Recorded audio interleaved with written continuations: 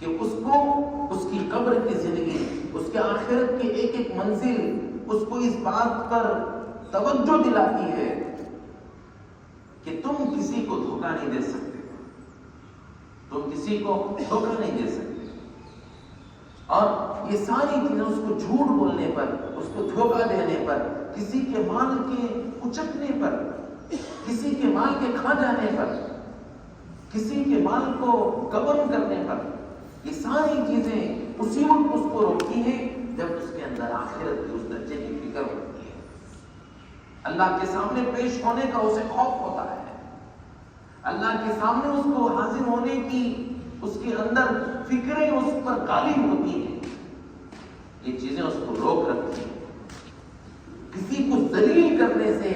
آدمی اس وقت تک بچتا رہے گا جب تک وہ اس بات کو یاد رکھے گا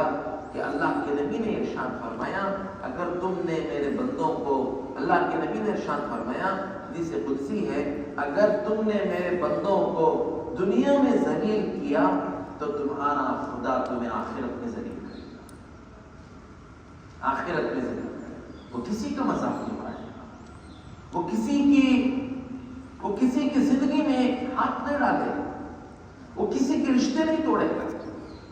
وہ کسی کا ہوتا ہوا رشتہ وہ خراب نہیں کرے گا۔ آدمی یہ سب چیزوں سے جب ڈرتا ہے، آدمی اپنی نماز، اپنی عبادت، اپنی تلاوت کے ساتھ میں اپنی پوری نجی زندگی کو اس وقت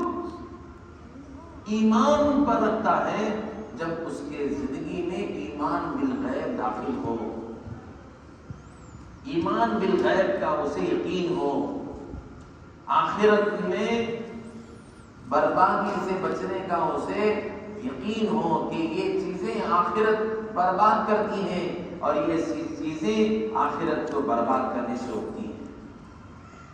اللہ کے نبی صلی اللہ علیہ وسلم نے صحابہ کو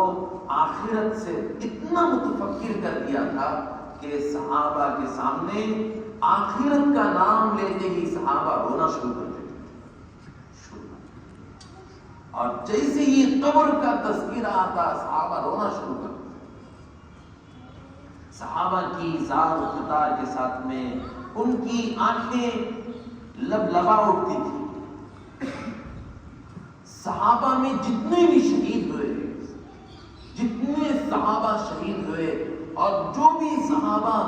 شہادت کو قبول کرنے کے لیے ہمیشہ بےتاب رہتے تھے، ان کے سامنے آخرت تھی کہ یہ دنیا کی زندگی تو کچھ